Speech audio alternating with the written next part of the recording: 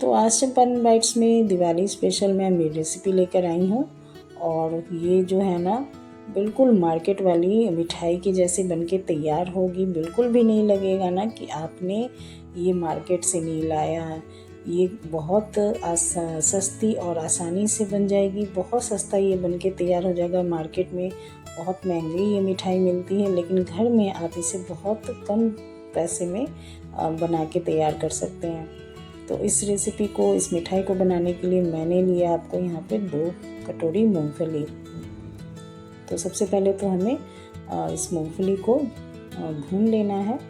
तो low flame पे मूंगफली को 10 से 12 मिनट तक हमें भूनना है। इसे ज़्यादा नहीं भूनेंगे, क्योंकि इसे हमें सौंधा नहीं करना है। इस बात का ध्यान रखना है कि बहुत सौंधा इसे नहीं करना है। जैसे ही इस पर हल्के हल्के स्पॉट्स आने लगेंगे ना, हमें फ्लेम को बंद कर देना है। क्योंकि अगर ज़्यादा भून देंगे ना तो इसमें सौंधी सौंधी आपको इसकी फ्लेवर जो है सौंधी हो जाएगी और मिठाई में ना उसका स्वाद आ जाएगा। तो इस बात का ध्यान रखते हुए हमें इस बात मतलब भूनते वक्त बहुत ध्यान रखना है कि इसे ज़्यादा ना भूनें। तो जैसे हल्के से स्पॉट्स आएंगे फ्लेम को बंद कर दें और इसे ठंडा होने के लिए रख देंगे, ताकि बादाम भून भी जाए और उसमें सौंधी खुशबू भी ना आए। अब जब ये ठंडा हो जाएगा तो इसको छिलकों को उतार लेना है। इनके छिलकों को तो हाथों से रगड़ के या फिर कॉटन के कपड़े में डाल के इसे हम रगड़ लेंगे, तो उसके छिलके हैं ना आसानी से निकल जाएंगे। बहुत सारे ऐसे छिलके होते हैं ना जो बहुत ज़िद्दी होते हैं, निकलते ही नहीं है। तो उनसे आपकी मिठाई के फ्लेवर में कोई आपको खास अंतर नहीं आएगा।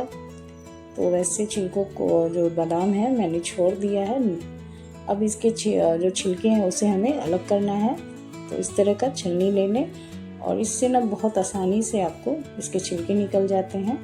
या फिर आप फूंक मार के भी छिलकों को निकाल लें, या फटकना आता है जिन्हें, फटक के भी आप इनके छिलकों को आसानी से निकाल सकते हैं। तो सारे बादाम के छिलकों को इसी तरीके से छान लें।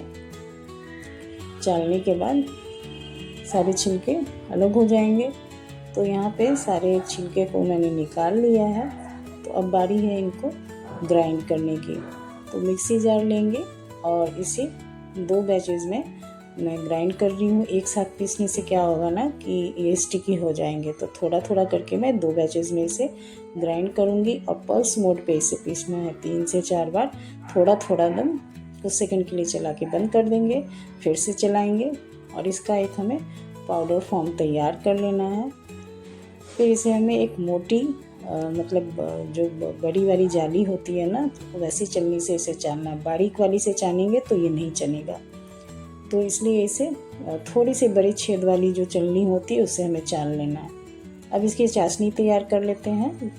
तो यहाँ मैंने उसी कढ़ाई में आपको 1 कटोरी चीनी लिया है। तो 2 कटोरी बादाम के लिए ना 1 कटोरी चीनी लेना है। तो इस रेसिपी को याद रखिएगा। और आधी कटोरी मैंने पानी लिया है। अब इसे धीमी आंच पे आपको चाशनी बनने के लिए छोड़ देंगे।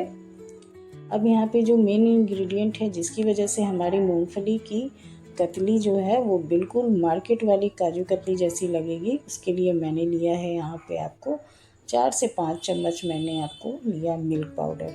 मिल्क पाउडर से ना ये बादाम मूंगफली कतली जो है ना बिल्कुल काजू कतली जैसा फ्लेवर देगा। तो इनको बादाम वाले पाउडर में डाल के और अच्छे से मिक्स कर लेना है। तो देख सकते हैं इसे मिक्स करने से ना बादाम के कलर जो है ना बादाम के पाउडर का वो भी चेंज हो गया। तो जब तक उधर चाशनी बन रही है तो इधर आपको मैं चॉपिंग बोर्ड पे घी अप्लाई कर दे रही हूँ। आप चाहें तो बटर पेपर हो तो बटर पेपर पे घी अप्लाई करके पहले से ही प्रिपेयर करके रख लें। मैं यहाँ पे चॉपिंग बोर्ड पे बनाऊँगी। इसमें बिल्कुल भी आपको बटर पेपर की या किसी बड़े जो पैकेट होती है प्लास्टिक, उसकी ज़रूरत नहीं पड़ेगी। अब यहाँ चाशनी को बनते हुए 5 से 7 मिनट हो गए थे और ये देखिए चीनी अच्छे से गल गई है, थोड़ी चिपचिपी भी हो गई है और इसमें से एक तार बनता हुआ दिख रहा है। तो इसी वक्त गैस की फ्लेम को मध्यम कर देंगे या फ्लेम को बंद भी कर दें। इसके बाद थोड़ा थोड़ा करके इसमें बादाम और जो मूंगफली और मिल्क पाउडर का मिक्सचर है उसमें इस चाशनी में हम थोड़ा थोड़ा करके ऐड करेंगे। उसके बाद इसे अच्छे से हमें मिक्स करना है। अब इसे मिक्स करते हुए मुझे 1 से 2 मिनट हो गए थे, अच्छे से मिक्स हो गया है। तो गैस की फ्लेम को फिर से हम ऑन कर लेंगे और इसे मीडियम टू लो फ्लेम पे हमें हल्का डो जब इसका तैयार होने लगे, डो फॉर्म में ये आने लगे, तब तक हमें इसे मिक्स करना है। तो धीरे धीरे अब शुरुआत में इसमें थोड़े थोड़े आपको लम्स दिखेंगे, लेकिन जैसे जैसे ये डो फॉर्म में आने लगेंगे ना, तो इसके लम्स आपको दिखने बंद हो जाएंगे, बिल्कुल इवनली ये हो जाएगा। अब जैसे ही ये डो फॉर्म में तैयार होने लगेगा, उसी वक्त ना इसमें हम 1 से 1.5 चम्मच घी डाल देंगे। घी से ना इसमें शाइनिंग आ जाएगी, इसलिए इसमें हम घी ऐड कर देंगे। अब इसे अच्छे से हमें मिक्स कर देना है। मिक्स करने के बाद फ्लेम को जैसे ही ये डो फॉर्म में तैयार होने लगे, तो हम फ्लेम को बंद कर देंगे। और ये देखिए ये इतना गाढ़ा हो गया है, और जैसे जैसे ये ठंडा होगा ना, वैसे वैसे ये बिल्कुल आटे की डो की तरह तैयार होने लगेगा। आपको मैं एक बार चेक करके भी दिखा देती हूँ। हाथ को भिंगा लें, थोड़ा गीला कर लें उसके बाद, क्योंकि बहुत गर्म है। अब इसमें से एक छोटा सा पोर्शन लेंगे और ये देखिए इस तरह से चेक कर लेंगे कि ये इसका गोला बनता है या नहीं। छोटी सी गोली बना लेंगे, तो देख सकते हैं आसानी से इसकी गोली फॉर्म होने लगी है। तो अब इसे मैंने जो आपको चॉपिंग बोर्ड पे घी लगाया था, उस पर इस पर आपको ट्रांसफ़र कर दिया है। और अभी चूँकि बहुत गर्म है, हाथों से नहीं टच कर सकते हैं, तो इसे मैं आपको स्पैचुला से ही उलट पुलट कर रही हूँ। अब ये हल्का गर्म था, तब मैं इसे हाथों से आपको डो फॉर्म में मैंने ले आया है। अब इसका हमें कतली तैयार करना है। तो बेलन पे मैं लगा रही हूँ घी। इसे जो प्लास्टिक वगैरह होता है ना, आपको यूज़ करने की, जो प्लास्टिक रैप होता है, रैपर, उसे यूज़ करने की बिल्कुल भी ज़रूरत नहीं है। बेलन से ही आसानी से आपको ये पतली जो है इसे हम बेल सकते हैं। इस डो को आसानी से, आपको वीडियो में भी दिख रहा होगा, ज़्यादा मेहनत नहीं लगी है। अब इसे हम चारों किनारों से इसकी कटिंग कर लेंगे, स्क्वायर शेप में या फिर रेक्टेंगल शेप में इसे कट कर लें। और जो एक्स्ट्रा निकला है ना, उसे फिर से इसका हम डो तैयार कर लेंगे और इसे बेल के आप फिर से दोबारा इसकी बर्फ़ी तैयार कर सकते हैं, कतली। और ये देखिए इसका साइज़, जो कतली की साइज़ होती है उसी साइज़ में ये इवनली एकदम इसको मैंने बेला है।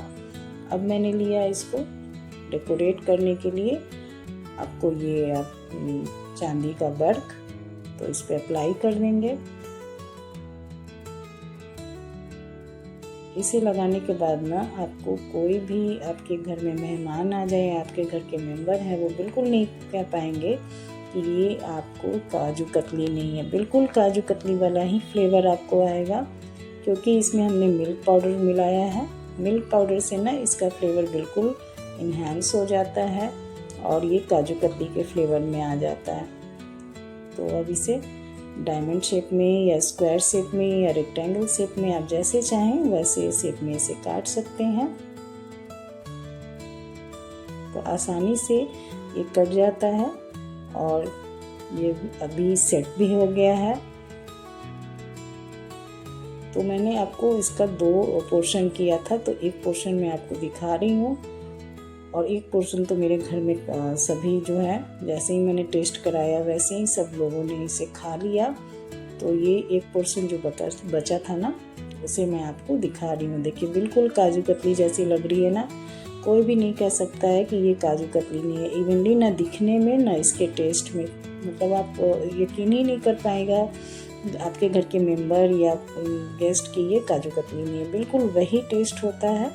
तो एक बार आप ना इस मूंगफली की कतली को ज़रूर बनाएं इस दीपावली।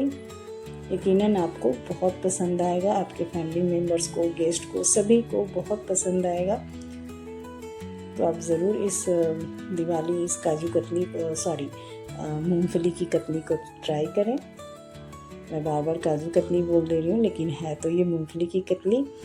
तो उम्मीद करती हूँ मेरी ये मूंगफली की कतली की रेसिपी आपको अच्छी लगी हो, तो प्लीज़ ट्राई कीजिएगा इस दीपावली। अच्छी लगी हो तो मेरी वीडियो को लाइक शेयर करना ना भूलें।